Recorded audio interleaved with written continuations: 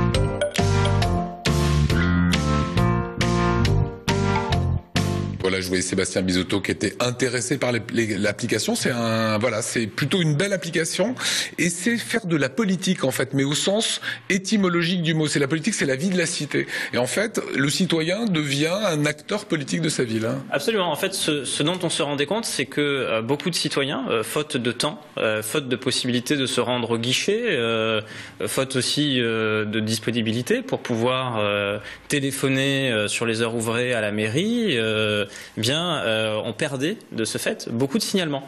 Et on a décidé de démultiplier les canaux en fait. C'est-à-dire que Tell My City n'est absolument pas un substitut. Ça ne veut pas dire que demain l'application mobile sera le seul moyen de signaler. Sinon, vous imaginez bien que ceux qui n'ont pas de téléphone mobile seraient pourraient pas l'utiliser.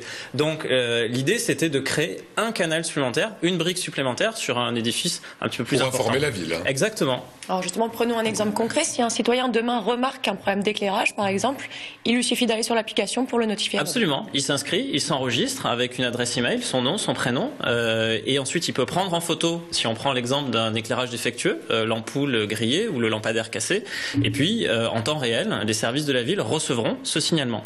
Lui ensuite sera informé que son signalement a bien été pris en compte, et puis quand le lampadaire sera réparé, eh bien il recevra de nouveau un email, le cas échéant avec une photographie, lui indiquant que le lampadaire a bien été réparé et que l'éclairage fonctionne. Ça, vous l'avez vendu, cette application, on va dire, à la ville de Schiltigheim, qui est en train de l'utiliser. Qu'est-ce qu'elle va en retirer? Alors, elle va en retirer, j'espère, différentes choses. La première, c'est davantage de proximité entre les services publics de la ville et les usagers. C'est-à-dire que l'idée aussi, c'était que chacun puisse avoir droit à la parole, puisse avoir un canal d'expression, et ça en est un supplémentaire, et puis avoir une réponse. Et comme ça aussi, on élimine aussi beaucoup de frustration qui peut parfois être chez certains citoyens qui se sentent pas compris, pas entendus. Là au moins, à chaque signalement correspond une réponse de la part des services publics. Et donc normalement, on devrait créer comme ça davantage de liens entre les services publics de la ville et des usagers. Et alors là où ça devient intéressant, c'est que vous avez évoqué le dysfonctionnement, Mélodie, voilà, il y a un lampadaire qui marche plus, mais on peut également suggérer des choses ou même féliciter. C'est la balançoire que vous avez mis dans le parc, eh bien mon fils s'amuse beaucoup, on peut le mettre et ça conforte aussi dans les bonnes prises de décision. Exactement. Nous, notre idée quand on a créé cette application, c'était absolument pas d'être dans une logique de délation ou de récrimination. C'est pas du tout l'objet. L'idée, c'est vraiment de pouvoir créer du lien, et créer du lien social, créer du lien citoyen. Et donc, on ne souhaitait pas que les citoyens signalent que des choses négatives. On voulait que, ils puissent être force de proposition, qu'ils puissent être moteur, et donc qu'ils puissent suggérer des choses, davantage de services publics, peut-être des structures de petite enfance, dans la culture aussi, plus de spectacles, voilà, on voulait qu'ils puissent être force de proposition, et puis en dernier lieu, qu'ils puissent aussi dire aux agents du service public de leur ville qu'ils sont contents de leur action au quotidien et qu'ils aiment le service public de leur ville et qu'ils sont heureux d'habiter dans cette ville. Et donc on donne la possibilité aussi de féliciter. On pourra mettre comme ça sur l'application, je veux revoir Bisotto à la choucroute. Voilà, tous les jours. Tous les jours. Tout le temps. Pourquoi la ville ne le fait pas? Mais, on y est déjà beaucoup. Non, mais c'est vraiment super. Hein. Non, c'est super. Voilà, c'est super parce qu'il y a vraiment l'état de la voirie, la propreté, l'éclairage public, les parcs et jardins. C'est-à-dire que toute la vie qui nous entoure est prise en compte. L'idée, c'est vraiment de recréer du lien social. Notre idée, c'était de recréer du lien. Et on s'est rendu compte dans certaines des villes qui étaient équipées que, par exemple, vous aviez des gens qui demandaient plus d'infrastructures sportives, mais qui n'avaient pas connaissance qu'elles existaient déjà.